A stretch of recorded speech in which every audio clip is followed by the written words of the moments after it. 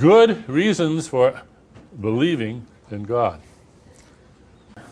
Now, long, long ago, most people really did believe in God. And some people still do.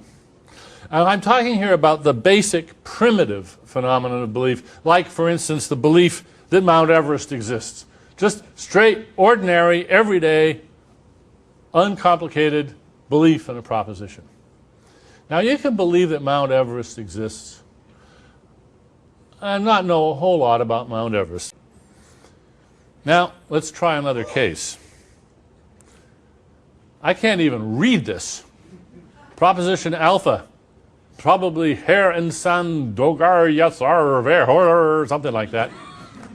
Now, I haven't the faintest idea what this means, because it's in Turkish. But I believe it's true. And the reason I believe it's true is that I went to a trusted Turkish colleague and said, Güven, please give me a sentence of Turkish. Do not tell me what it means, but just, it's got to be true. Well, here's another proposition, proposition beta. E equals mc squared. How many of you believe that? Right. How many of you understand it? Aha! I use this example, by the way. I gave a talk about my book at Fermi Lab outside Chicago to an audience of about 250 of the world's great physicists. And as I put this up, I said, I don't think this example is going to work in this crowd. I said, how many of you believe it? And all the hands went up. How many of you understand it? Of course, all the hands went up. But then, as they were sort of laughing about that, one of them stood up and said, yeah, the experimentalists think they understand it, but they don't really. Now, do I believe alpha and beta? Well, I don't understand alpha at all. I semi-understand beta. I can make some basic algebraic manipulations. I couldn't derive it, really. I couldn't use it in any way. So I don't really qualify. But that's all right, because I can do what we all do all the time, and that is we can pass the buck to the experts. I don't have to understand it, but there have to be people that really understand it. And this is, oddly enough, curiously enough, this is one of the great powers of language. One of the unsung powers of language is that you can use language to give yourself formulae that you can use without understanding them. We do the believing, we leave the understanding to the experts. And this is, in fact, a very useful tactic. There are scientists who use formulae in their work that they themselves really don't know how to derive, really don't know how to use, but there's a sort of a chain of authority that they can trust so that they can use them with confidence. Compare that situation with science with religion. With religious formulae, even the experts claim not to understand. In fact, they don't confess that they don't understand. They insist that they don't understand. They make a special, marvelous glory of the fact that the central propositions of their faith are incomprehensible even to the experts. Now, this is just bizarre.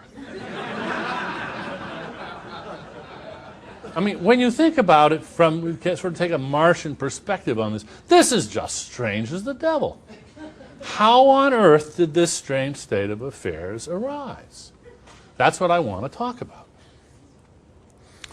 First of all, I think I will get no disagreement from this crowd when I say there simply are no good reasons for believing that God exists.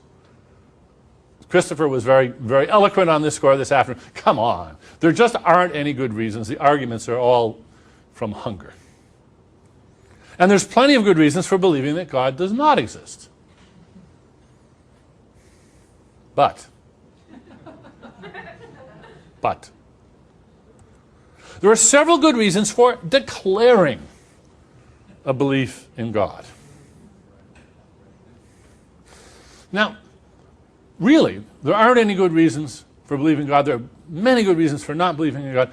And I'm sure you share with me sometimes, you contemplate people talking about their belief in God, and you just want to exclaim, how can anybody believe this stuff?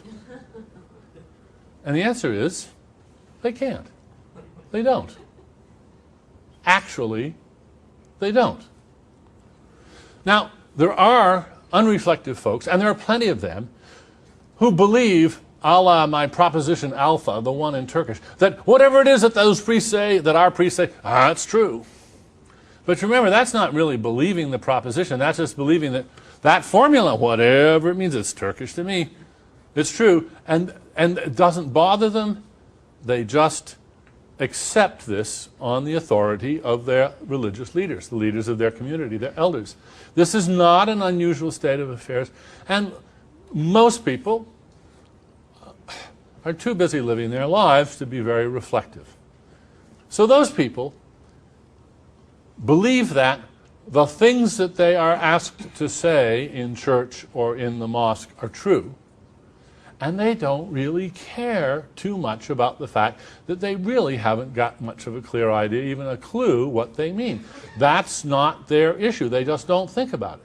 That's how come they aren't gobsmacked and bewildered and embarrassed by the religious propositions. They don't believe them. They just believe that whatever those formulae say, and whatever they mean, if they mean anything, it's true. But what about the reflective folk? They have a problem. They can see as clearly as we can that there are no good reasons for believing in God. They can. They can see just the way we do. That is why, by the way, I don't waste much breath on arguments against the existence of God or refuting arguments for the existence of God, because, quite frankly, I've met very few people that give them any stock anyway.